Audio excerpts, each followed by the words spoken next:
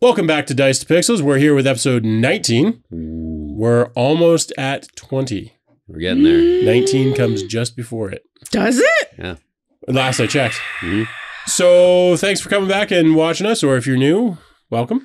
Chad, you've got something that you've been burning to talk about. Yes. It's Remembrance Day here in Canada, so thank you to the fallen. But unfortunately, we got some sad news today.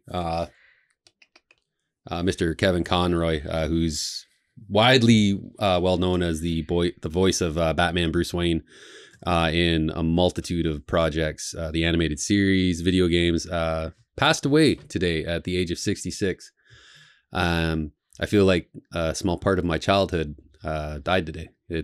I grew up watching the animated series. I grew up watching a lot of the Batman stuff that was on TV at the time.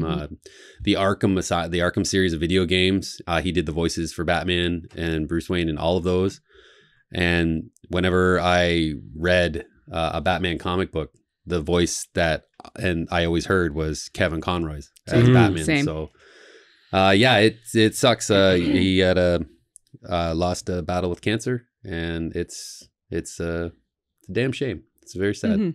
So this one kind of hits hard. Yeah, for me. I think he was a good person as well, from what other people have said about him over the years.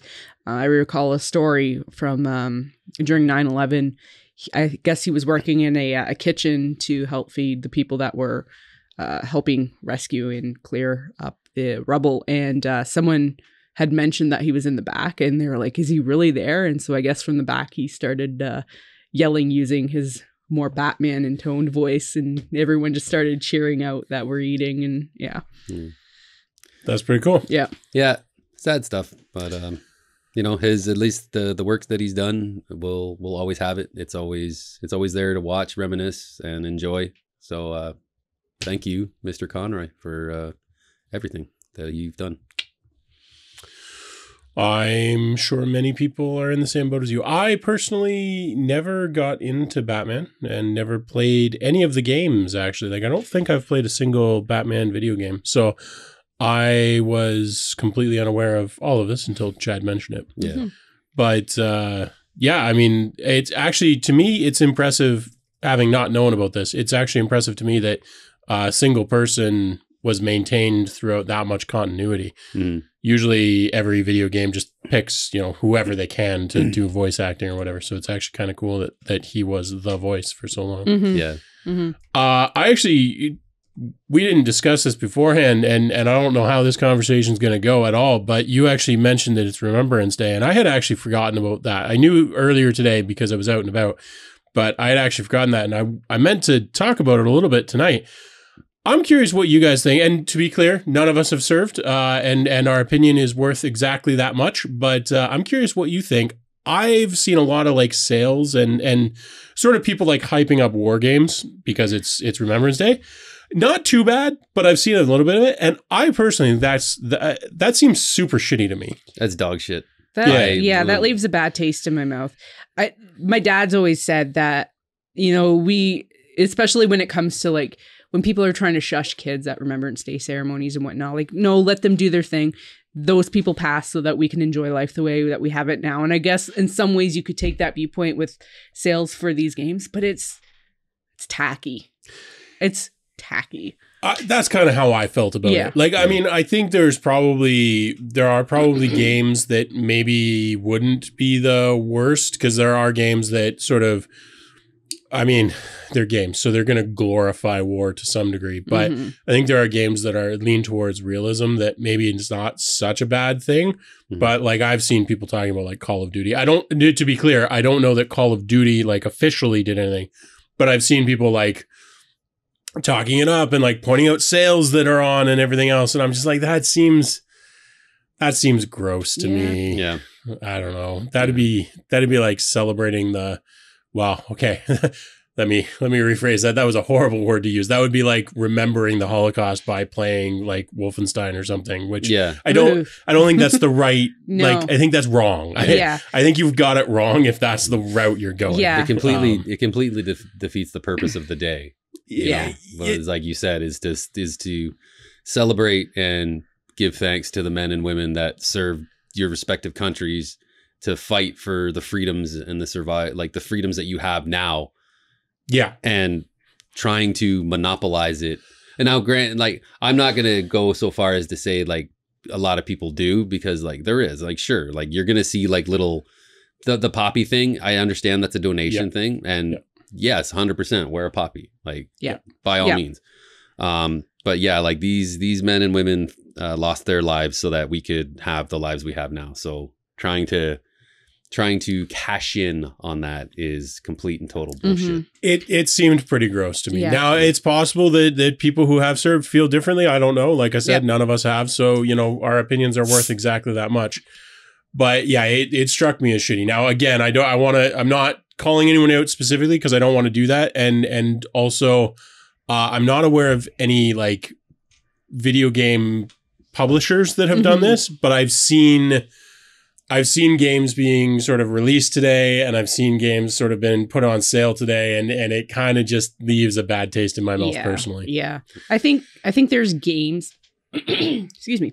I think there's games as an individual you could choose to play on a Remembrance Day or Veterans Day or what have you, that I think could be your act of remembrance. And it, like, something like maybe, I don't know, like This War of Mine, where you play as an individual living in a war-torn city, and you have to go out and get what you need to survive. So you're playing the civilian part of that. Or there's probably other RPGs where you could sit there in that mindset for the day and try and put yourself in those situations. But I think trying to capitalize on those things seems wrong. Yeah, it feels very wrong. That's what I thought. I thought it'd be interesting to get your takes on it. Yeah, all the respect to anyone who has served. But yeah, that struck me as pretty shitty. I didn't like that. No. So, or is still serving. Like, if you're listening, thank you. Thank you very much. Yeah, if you happen to be listening and let us know, we appreciate it. So, what did you guys want to talk about first? We had a couple of things that we'd actually sort of mapped out for tonight. There's the hot topic that we were talking about. We could jump into that if you want. But I don't know. Is there any games that you guys have been dying? I'll tell you, I was looking at the Steam list earlier today because I tried to get back into looking at the Steam list every day. Holy shit, were there a lot of games released today. And weirdly, because we were just bashing discounted games right now, but a lot of them are like quite inexpensive, unrelated to I think Remembrance Day. But yeah, there's a lot of them, like, even at full price, are not expensive in any way whatsoever. Like, so if you have an extra $5-8 to throw down for a new game, like, yeah, today's the day, apparently. Yeah, so there's two things. First of all, there was an abnormally large number released today that were actually available. Not even just like, oh, we announced this and it's coming soon, but like, actually you can buy this and download it today. There was a lot. But also, there seemed to be an abnormally high number of sort of reasonably good looking games. One that I picked up that's free, that I admit I've played all of like 30 seconds of, so take this with a grain of salt, but Ruza, Ruza, by somebody who their store page is kind of lacking. But it's a free game out today. It's an RPG, sort of a dark RPG flavor. And I grabbed that one too. Yeah, looks pretty cool. Yeah. So even if you don't want to drop any money, there were a handful of frees. I didn't see any 71-cent ones, unfortunately. No, not yet. No. No sequels to the greatest game made ever. I'm still fucking playing it, man. Morris Cave, greatest investment I've ever made. But yeah, no, crazy today. Lots and lots and lots of games released today. Most of them having nothing to do with war or otherwise. But yeah, very cool. Definitely check that out if you're into a lot of indie games. I didn't see any in the sort of AAA catalog, but a lot of indie games. Yeah. Oh, there's definitely one that was AAA. It just wasn't released on Steam. Sure. God of War Ragnarok. Yes. That came out on November 9th. And I bought it. Chad, November 9th is not today. I know. That's why I said it came out on November 9th. Yeah, I bought it. I got that. And I managed to sit down Thursday night and start it. And oh my gosh, man, like God of War games, they always open with a freaking bang. And by God, does this one open, pun intended, by God, does this one open with a bang? It's pretty much picks up right at the end of the first God of War that released in 2018 or 2016, 2018, I think.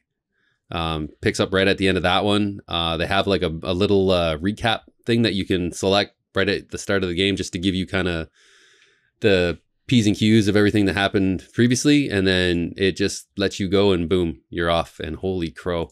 I have just got into it and it's quite a ride. So I'm looking forward to beating that one, and I'll have a review up on the website. And yeah, so. Cool. I enjoyed the one Gear God of War game that I played, that I keep wanting to call Gears of War. Mm-hmm. They're cool games, but I've never really played that series. I don't know what it is. I guess because it's exclusive. I guess that's probably what it is. Yeah. And even though I've had PlayStation 3, PlayStation 4, whatever, I tend to not get too into exclusive titles, which is weird because why else are you buying consoles? But I mean, I don't know. I'm weird. So, well, if you want to know the story of the first God of War game, there is a book. I know. See, that's why I brought up that question last weekend about that. I read the book years ago, so I will probably end up doing a little book review from what I remember of it and leave my thoughts about that book. Okay, all right. Well, there we go. So yes. I'll read your review of the book of the game. Yeah. And then I'll be set. Yes. All right. Cool. Yeah. No, so okay, that's kind of interesting, and I'm sure people are going to be like, "No, you're completely wrong, Adrian. You're a fucking idiot." But as is often the case, books about video games, movies about video games, just not my thing at all. Yeah, and I say that like there have obviously been some that have been great, but anytime somebody's like, "Oh, there's a book about XYZ," and no, I actually feel the same about Dungeons and Dragons and stuff too. Yep. Even though I realize that that's a different sort of category because Dungeons and Dragons is almost like it's the world, and then there's a game to go with it. Mm-hmm. But yeah, like the novelization stuff where it's like reading about. I think a better example for your opinion would be like anything that's come out related to World of Warcraft. Oh, definitely not that. Yeah. Yeah. But even other stuff, like even stuff that's legitimately, this should be a really cool world that's deep and everything else.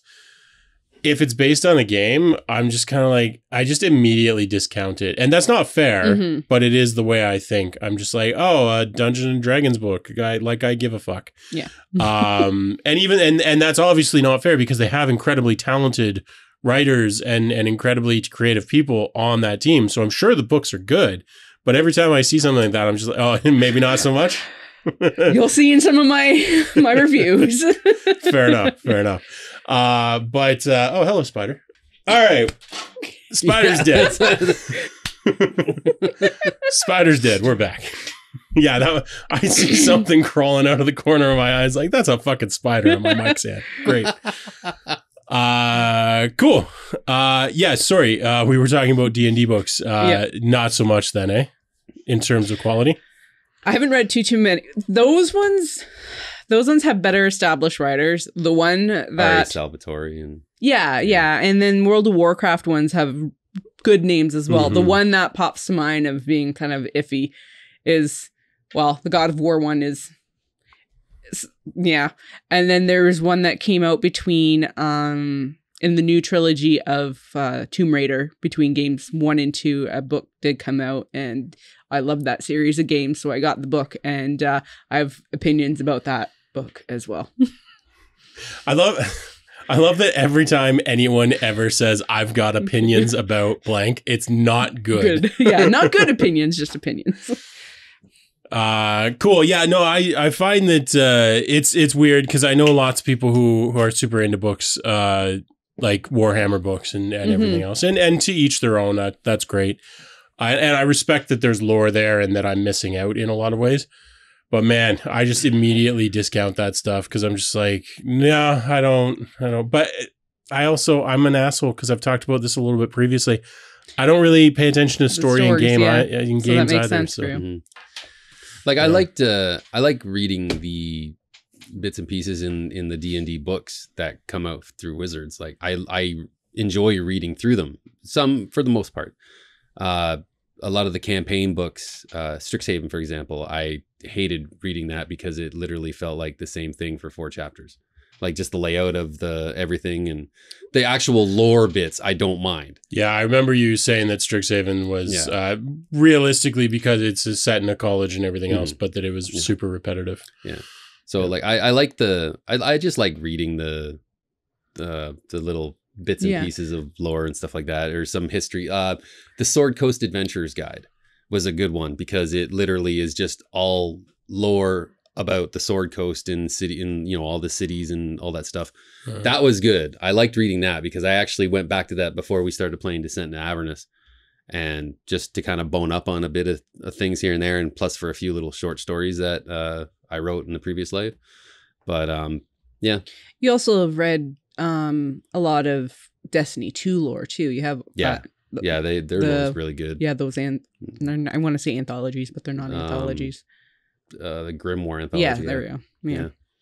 They have like a lot of the Destiny lore is freaking insane. Like some of the stuff that they have in that game that you can read is nuts. Like there is a huge backstory to the whole Destiny universe. You mean in-game lore? Oh yeah. You can read it all in-game. So that's actually something my buddy Aaron had commented on the video where I initially talked about how I was a scumbag and didn't pay any attention to story in games. He had asked if there was a game that I had paid attention to the lore. And Tibia was one game that similar to, probably less so than Destiny, because there's a pretty big discrepancy between the team that built Tibia and the team that built Destiny.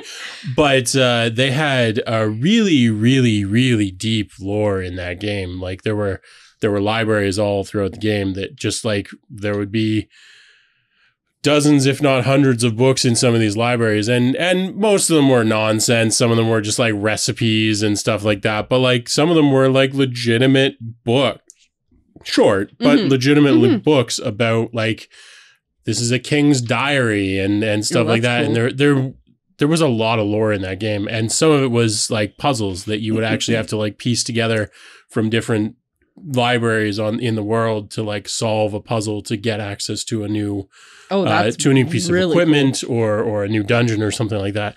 And some of them actually are still unsolved. There's the Beholder problem, the Beholder language that's theoretically crackable, but nobody's been able to crack it.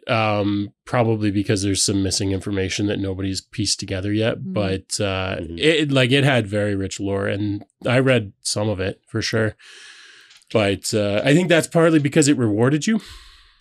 Yeah, it's like here's lore not just for the sake of knowing something, but for the sake of like this actually matters. This is like you're gonna fight this person later in the game, and this may actually matter, or at least gives you some inkling of why they are where they are in the world, or something like that. I think it makes a big difference when the lore is in the game and it ties into the game versus just like, we released a book. I don't. Yeah, I'd have to be really into that game before I would give that a look. Well, I liked in the Elder Scrolls series too, where you could find like just books and read them in game. I was going to bring that up too. Yeah, that was really fun doing that, because I know in my original playthrough that I ended up losing for that, I think one of my missions was to get a copy of every single book and just dump it in one of my houses. What a surprise. Yes, right. What they should do, and I don't know of any games that have done this, but what they should do for a game is go through the Kindle like self-published store and just find all of the sort of the failed ebooks, people who have not actually sold many copies or any copies, and just offer them like a couple $100 for the rights to their book to put it, not like to buy it out from them, but just to publish a copy in the game and give them a little bit of a taste of cash, and then also have like this library of legitimate stories in the game. I think that'd be fun. And that would work in their favor later on, because there'd be fans that would be like, oh, this is a real book I could buy? For sure. Definitely. Yeah. I think that'd be fun. I bet it's not financially, like, I'm sure it's not worth it, which is why people haven't done it, or maybe people just haven't thought of it, but I think that'd be fun. Yeah. Yep.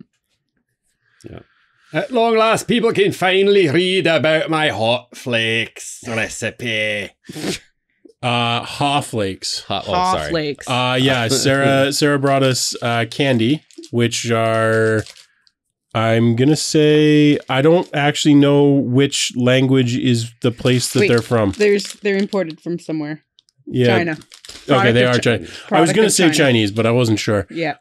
They are apparently haw berries that are compressed. They're sort of like those weird fruits, like strips that you get, the fruit leather. Dehydrated, like peaches or something, or what the hell was it? No, not even. Like a lot of people just call it fruit leather. It's like pressed fruit, and these are very reminiscent of that. And that, depending on whether you like those, is either a good thing or a bad thing.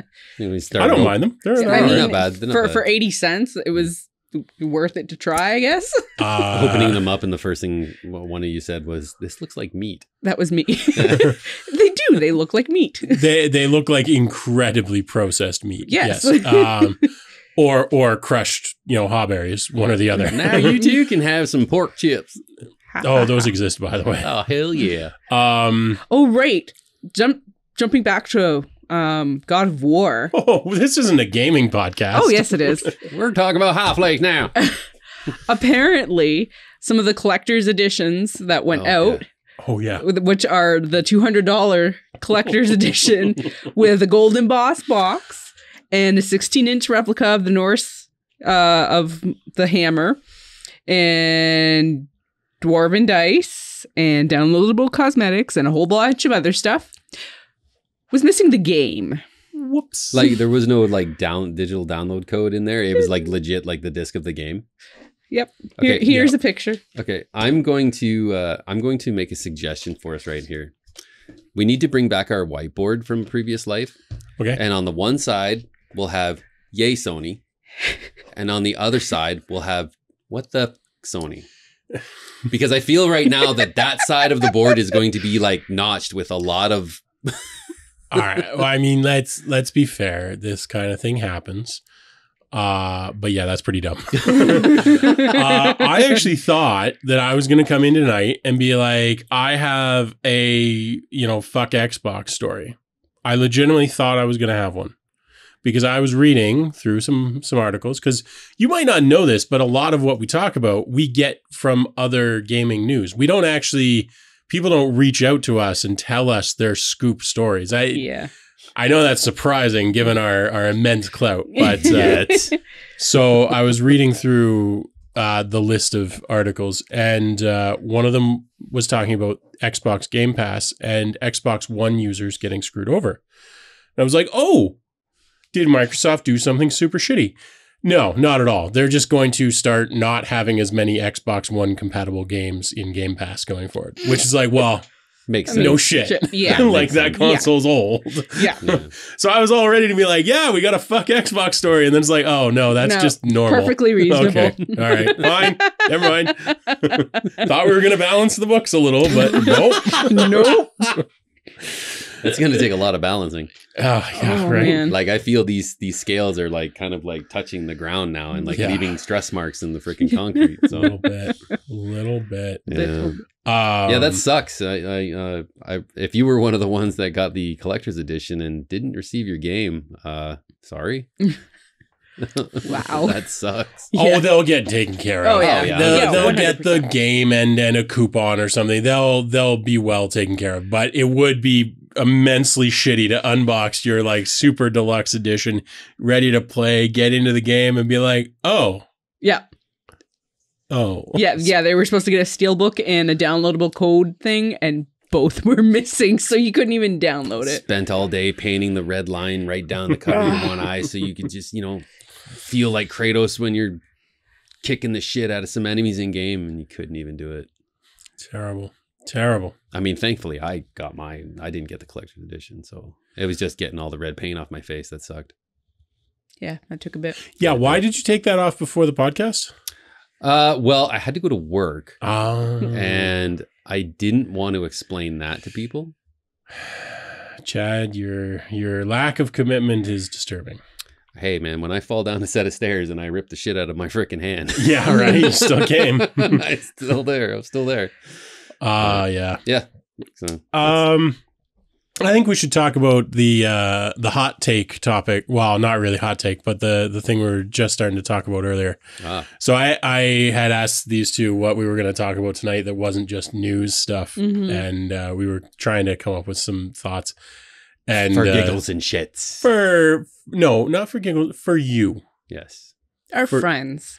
Our digital friends who may or may not exist. They might be sophisticated bots. If you're a sophisticated bot, let us know. I asked, what was the game that caused the most fights from your childhood? And I think there's a lot of different answers to this. But I think let's start with like at home. So Chad, I think you had an answer. Yeah, at home, this is so easy. The Nintendo Entertainment System. What was the biggest game on NES that caused it? No game in particular. Oh, come on. It was just who had access to the system at the time or who was on it. Oh, I see. So it wasn't that you all played the same game. It was that he's been playing for 2 hours. More or less, yeah. So much so that my dad, he got me, because my dad was a huge hockey fan. Yeah. And I remember the first hockey game we played was ice hockey, and it while fun, it wasn't great. But when my dad seen Blades of Steel, the original NES Blades of Steel, loved it. Yeah, and he seen that, and so he went out and got it for me, I think for my birthday or something. And Dad was always the one that wanted to play it, which I thought was hilarious because I would kick his ass and he would get mad. So I got grounded probably from beating Dad's ass on freaking Blades of Steel. But yeah, there was a lot of fights between me and my two brothers, because if one of us had, like, if I had it in my room, and my brothers wanted to play, and it's like, no, you get out of my room. Yeah, to play Nintendo, man. Yeah. I would agree that like console or PC time was definitely a factor in fights. There was a couple games that like with the NES, you only got the one save state. Mm-hmm. And that caused some serious drama with like some of the Mario games, because some of them you could, not Mario 1, but I think Mario 3, you could like save it by holding reset and power at the same time. There was 3. Or was it Final Fantasy? I think there was 3 separate files on Mario 3. Yeah, Final Fantasy, I think. Final Fantasy, I think it was single save, and it was just holding reset and power at the same time. And first of all, if you got it wrong, you were fucked, which was the worst design ever.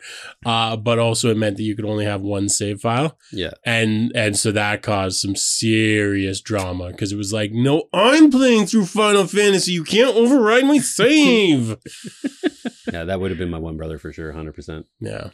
Final Fantasy was Kirk's baby. Yeah. And the only way we got to play that was when he was actually 100% done with that game. Sure. Yeah. So definitely though, just access to the console definitely caused some drama. Duck Hunt definitely caused some drama, mostly because like with most games, there's a limit to how much you can screw with each other, because like you can walk in front of them or whatever, but like there's only so much. But with Duck Hunt, because of the way that it worked, if you had certain remotes were powerful enough to like screw with it, because it's just an IR light, right? And so like you could like make them misfire by hitting the remote. That caused some serious, like that came to fists every once in a while. I remember too, like, as far as games go on the NES, like we all had our own kind of, we had, like I said, I had Blades of Steel. My brother Kirk had Final Fantasy. Mom, when it came to puzzle games, Mom was her domain, and tried not to ever lay claim to her throne because she would smite you down. Yeah. And no matter what puzzle game it was, like, you don't mess with Mom. So the Nintendo wasn't really game wise. It wasn't until the Super Nintendo when the home console ports of Street Fighter 2 and Mortal Kombat 2 came out, and oh god, that's when the fight started. You start getting into fighting games with somebody else, and they start doing like cheap or dirty moves, and somebody run up and unplug the controller, or it would come to fist, like getting in a little kid fight or whatever. For us, it was I think Super Nintendo was one, and then Sega Genesis was the other one. And what was really the problem was I think my oldest brother Aaron, I think it was him, bought the turbo controller that would allow you just like hit a button and it would like instantly hit it. And then like that was just cheating, because like if one person has that and the other person doesn't, it's literally cheating. And so that caused a lot of drama. But Sarah, you haven't gotten a chance to. I had a sister, so we didn't fight so much. Come on, really the only thing that we ever disagreed on was like access to our PlayStation. Yeah. Other than that, like, we didn't have any fighting games. Neither one of us have ever been interested in that. What games did you play? Spyro, Crash Bandicoot. Oh, wait. Okay. Crash Team Racing. That did make some drama sometimes. There it is. Yeah. I knew it was there. Yeah. It's always there. What about with friends? What about going over to friends? Do you have any stories from like going over to play with friends where somebody like rage quit a party or something? Yes. Okay, yes. I want to hear it. Come on. There was one New Year's Eve, and I think we were probably in our early teens. We were at a friend's place in town in Owen Sound, and all of us kids were downstairs playing NHL. I don't know which version. It was on PlayStation 2. One of them. Yeah, one of them. But me and my neighbor, because our families were all big part of the big friend group, and we were playing East Coast versus West Coast in a game, and I was just absolutely wrecking him, and he just could not handle that at all. He rage quit and then restart the game and tried to make me play it again, and I'm like, what? Yeah. Unfortunately, there's still people online that do that now. Oh yeah, for sure. Yeah, for sure. But he didn't just like exit the game; he restarted the entire console itself. That's pretty great. Yeah. So, I'm still brewing up some memories, because I know there were a few, and I'm trying to think of what the best ones were. But I will say that one of the people that I used to play with, Keegan was the name. Whenever we were doing a party, he was a bit of a dick. A great guy, but a bit of a dick. And so if we were like playing GoldenEye or something, he'd be across the room trying to like throw something to hit the power button on the console. Oh my god. And it was just one of those things. It's like, all right, we have until he hits the power button. Let's go. But yeah, no, that was always good. Man, this is the thing that kids these days don't. I say this, I don't think they get nearly as much of this. The idea of like, because couch co-op is so rare. Yeah.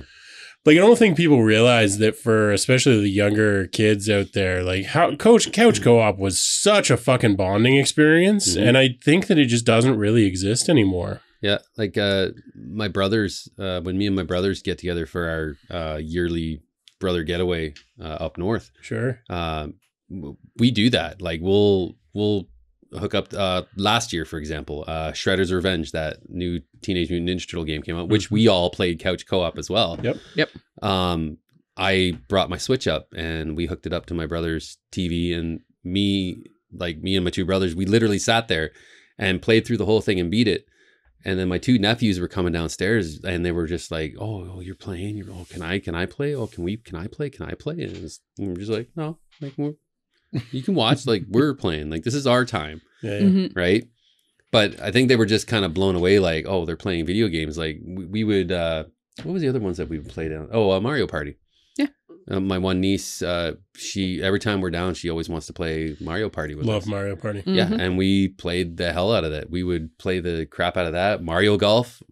I mean, Yep. Oh yeah, we love our Mario Golf. Well, you know how much I hate Mario Golf. Yeah. Gotta twist your arm to play it. So but hard, even like growing up and playing, you know, the Super Mario Kart on the Super Nintendo or F-Zero or you know, a hockey game, just all of it. Yeah. Just everything. Like there was just so much fun that I remember having, just getting together and firing up the console and just playing games together with like 5 or 6 people. Not everybody had to play at once because you couldn't. Some of the consoles had only 2 controllers, but that was cool. We just rotated.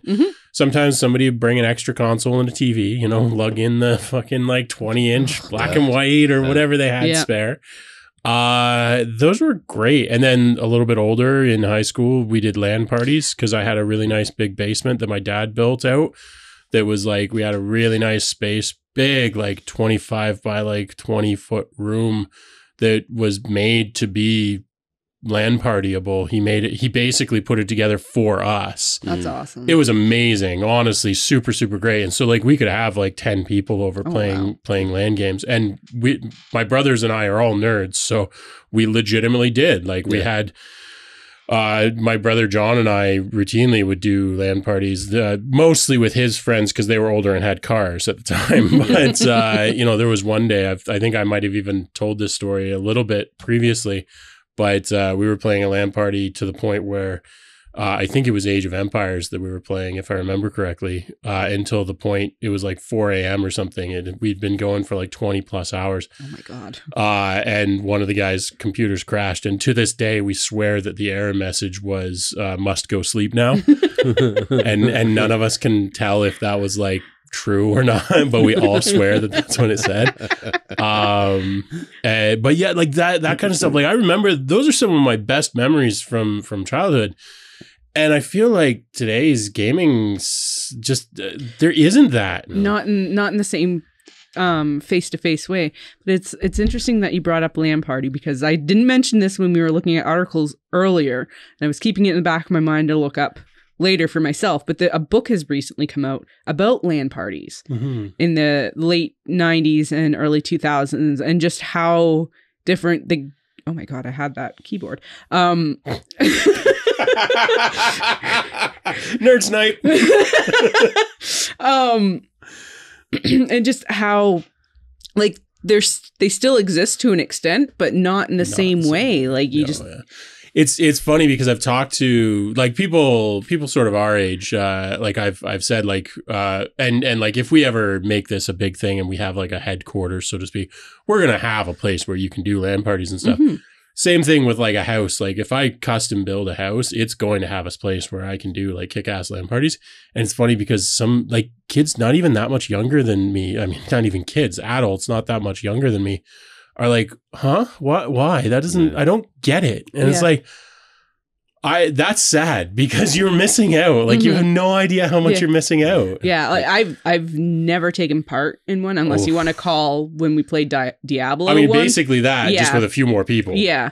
My brother and I, during the Xbox One, we used to link cable our Xboxes, just from one room to the other, and we would play Splinter Cell Chaos Theory, the co-op mode in that, and oh my God, like, it was just so much fun, just tons of fun. We'd also I would when I had my Dreamcast, and this is another great memory that I have. Whenever my brother and his friend Mike were at the house, Newell. We would play virtual tennis, and holy crap, man, like just a tennis game, but it was just so much fun to play. We were joking around like crazy, and it's one of those memories that's like just, oh man. Like, it doesn't have to be a crazy game to be incredibly fun. But I feel like you didn't get to finish your thought about the LAN party book, or did you? Oh no. Yeah, no, okay. A book has come out recently called LAN Party by Merritt K. Cool. And I want to look by Mary Kay. Yes, by Mary Kay. Oh shit. Yeah, no, as I say, like we're gonna have to. I will host a LAN party. I will figure it out. We'll figure out. Maybe I'll do it down here or something, and we'll get like a good number of people together because, whether it's World of Warcraft or whatever, as long as you can all play the same game at the same time in the same location, that's key. Yeah. It's the same thing we've talked about in the past with Dungeons and Dragons. And it's like online remote D&D is great. If that's what you can play, it's awesome. But it is not nearly as good as being at the same table in the same room with the people. There's so much more to it. And the same is true for video games. Like, it's great to play online. Even just playing like a couple of people in the same room when you're playing something like even Star Wars Battlefront, where there's like 40 plus people on a team. Just having 2 people in the same room makes it so much more fun. Yeah. So yeah, that's something that I feel like, well, everybody, not just younger generations, but like even our generation nowadays is just missing out on that. Yeah. And it's such a shame. Yeah. Like, there's definitely advantages to being able to play on the internet with several people because you get to meet so many different people. For sure. But yeah, it's definitely missing that face-to-face thing. And even when you see videos of like people that have been playing the same games together for 12 plus years and then they meet each other and it's like just the camaraderie that's immediately there. Like, yeah, and I also want to be very careful that I'm not trying to take anything away from online play. Like, I would not trade online play for LAN play because online play just allows you to do so much more with so many more people. Yep.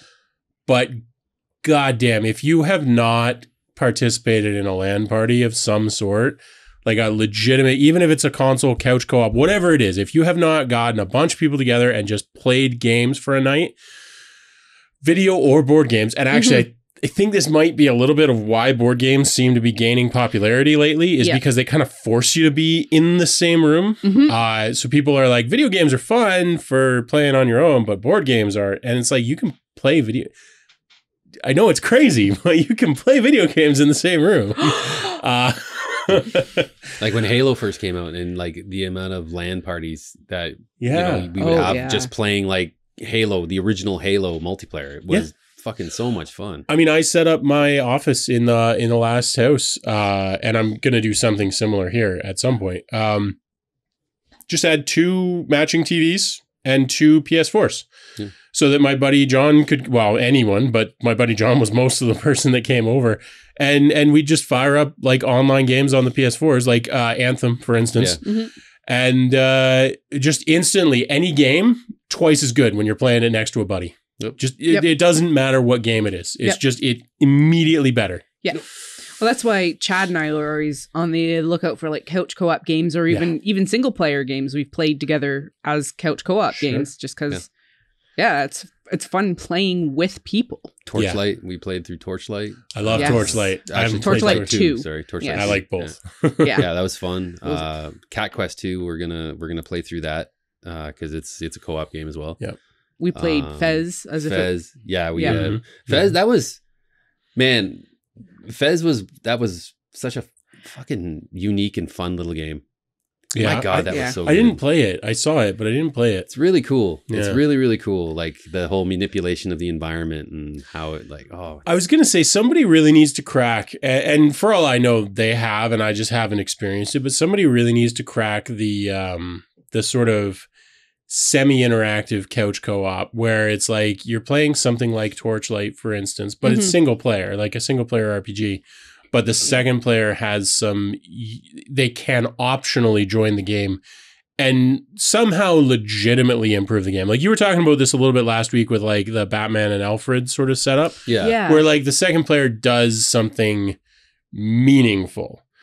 And like, I don't know whether it's like changing things on a map, like dropping like monster spawns or something to aid the player. Like, I don't know, but somebody needs to figure out how to make like a single player RPG or something, just like add that second player that isn't necessarily a participant, but they adjust the narration of the world. I think amazing. I think there is. I just can't remember what it is. Sarah, it looked like you had a... It's funny you bring that up because I put it in our co-founder chat in our Discord. Join the Discord from last night. It was late. But it's a game, I think it was just released sometime this week too. It's called The Past Within, and it's a 2-player game, but it's an obligate 2-player game. And you're playing in different timelines. And apparently it's like not super hard by any means, but it requires a lot of communication of what you can see on your screen versus what your counterpart can see on screen too, in order to solve puzzles and stuff. So again, I hit it. I think I was joking with Sarah that I think I think I should add like a Sarah hit her mic count. We back in the previous life we had the Phineas drop count. Yeah. And it was always fun. So I think we should have a Sarah hit her mic count. Yeah. Yeah. Well, better that than me. Yeah. That sounds pretty cool. Mm-hmm. I'd be into that. Yeah. There was one well, It Takes Two was one that just came out that was like a 2-player co-op, and you can play couch co-op as well, where each of you, like you're a husband and wife, but you would have like different weapons. So like if the husband had like a goo gun that sprayed like this flammable goo, and then the woman had like a match, like you know what I mean? Like just no, stuff like that's cool, and I think that there's a lot of neat games that are like, I think I like the way you put it, where it's an obligate 2-player game. It's it is a 2-player game. What I'm thinking is more like, take something that I can play solo, like take Final Fantasy 1, which I love. It's one of the best games ever made. Final Fantasy 1. And just somehow make it so that a second player can pick up at any time they want. So if Danielle's like, hey, I'm going to jump in for a minute, pick up, and they don't even necessarily need to control a character. Maybe they, like, I don't know, drop things on the map for you to like aid your adventure or something. I don't know. Like I'm not a game designer. I don't know what it needs to be, but I feel like there's something where there's got to be an engaging play style where it is a single person game, but that you can add more people and it gets better. I think, as you're saying it, and I think Chad, maybe I told him about it, maybe this is what he's thinking about. There's a game in development specifically for streamers where you're playing and your viewers can vote or they do things and it influences your game. Yeah, I remember reading about this. It's not quite the same one. Yeah, but that's a really, really interesting way of approaching your game. Yeah, it's in this same. That's in the right neighborhood for the sort of thing that I'm thinking about. Excuse me. Yeah, I and like I said, I'm sure these games exist and I just don't know about them. And I'm sure that by now Richter has left a comment about one of them. He's just yelling it at his screen right now. He seems to know every game that's ever been made. But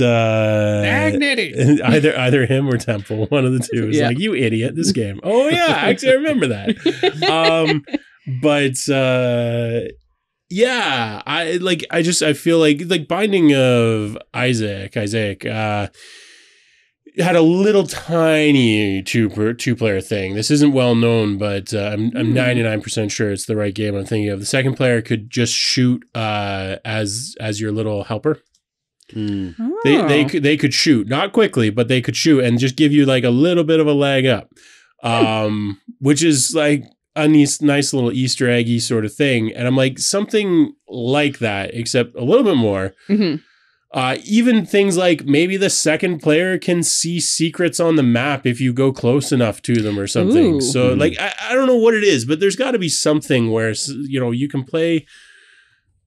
just add some multiplayer to a single player game. There's got to be ways to do it. Yeah. There's got to be more games need to have some sort of fucking cooperative aspect to them or multiplayer aspect. To them. Yeah. Because multiplayer makes everything better. Yes. Yeah, like as much as this pains me to say, except Solitaire.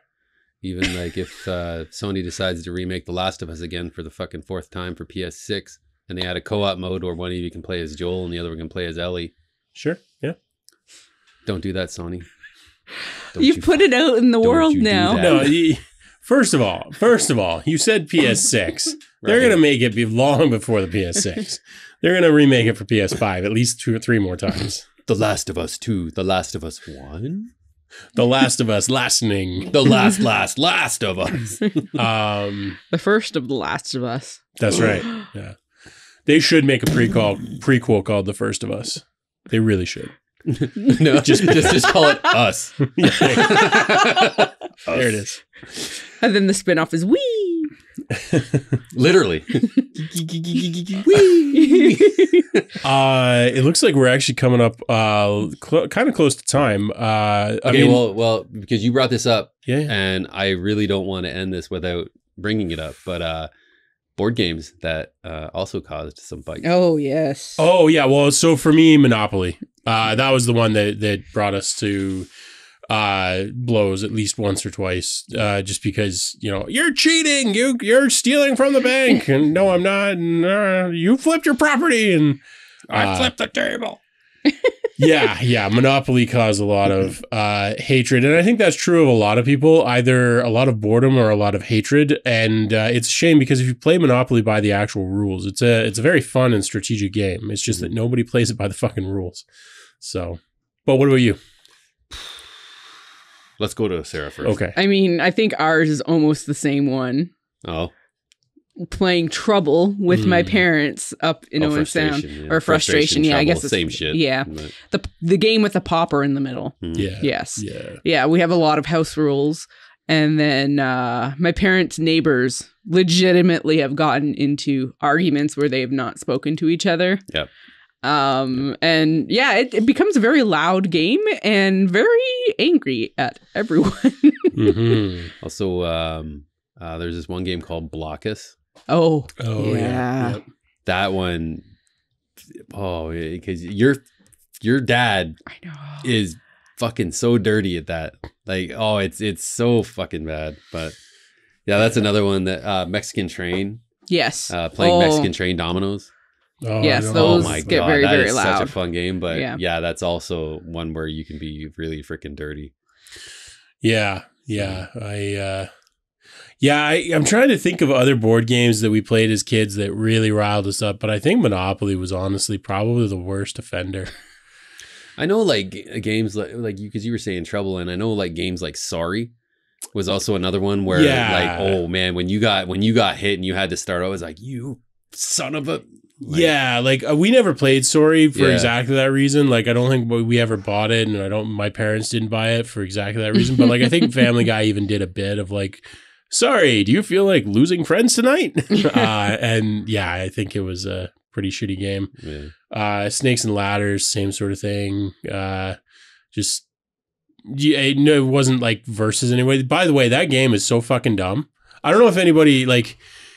As an adult, looking back on that game, because of course they reprinted it, and I took a look at it, I'm like, this is literally just roll a die and see if you get screwed. Yeah. There's not even any like multiplayer aspect to it. Well, it was made like, when did it get first made? It was like gotta be the 20s. I mean, yeah, but like there were good games in the 20s.